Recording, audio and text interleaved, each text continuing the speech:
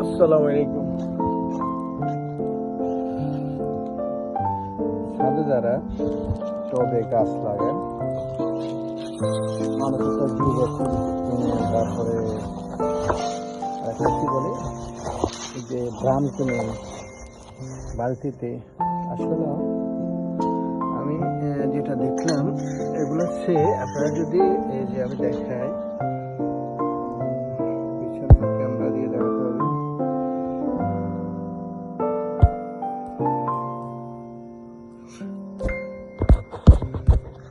আচ্ছা, আমি যদি দেখাই, এই যে এই ব্যাগগুলো,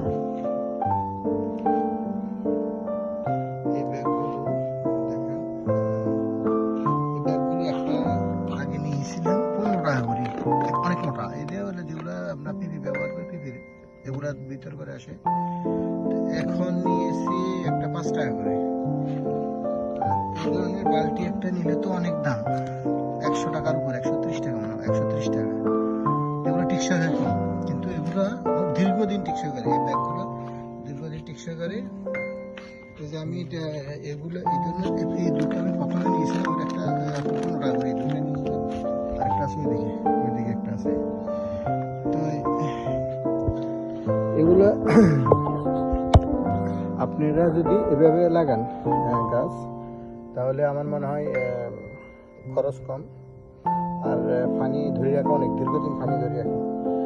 যদি পানি বেশি বেশি দেওয়া যাবে না, পানি আগে আমি এই ধরনের নিচে এইভাবে টিপে দেখতে হবে যে পানি নরম হয়েছে কিনা। নরম হলে হয়তো এখান থেকে একটা ছিদ্র করে দিবে, ছিদ্র করে দিলে পানি যেগুলো অতিরিক্তগুলো পড়ে যাবে, নিচে পানি ধরে রাখলে সমস্যা নাকি। তো আমি এখন নতুন করে এগুলোতে বেগুন গাছ লাগাইছি, এগুলোতে আজকে বেগুন গাছ লাগাইছি। এখন আরো কিছু ইয়ের দানা লাগাবো, কিছু কুমড়ার দানা লাগানো হয়েছে। এগুলো আমি এই থেকে কিনে আনছি, এগুলা খাওয়ার জন্য যে কুমড়া আনছি বাজার থেকে, এগুলা বেশি আর কি।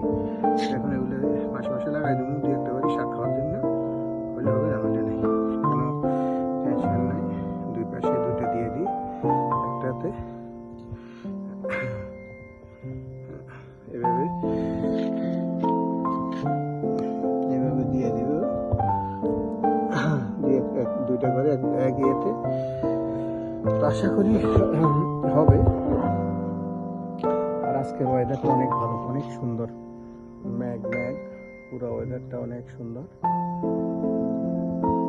অনেক সুন্দর ওয়েদার।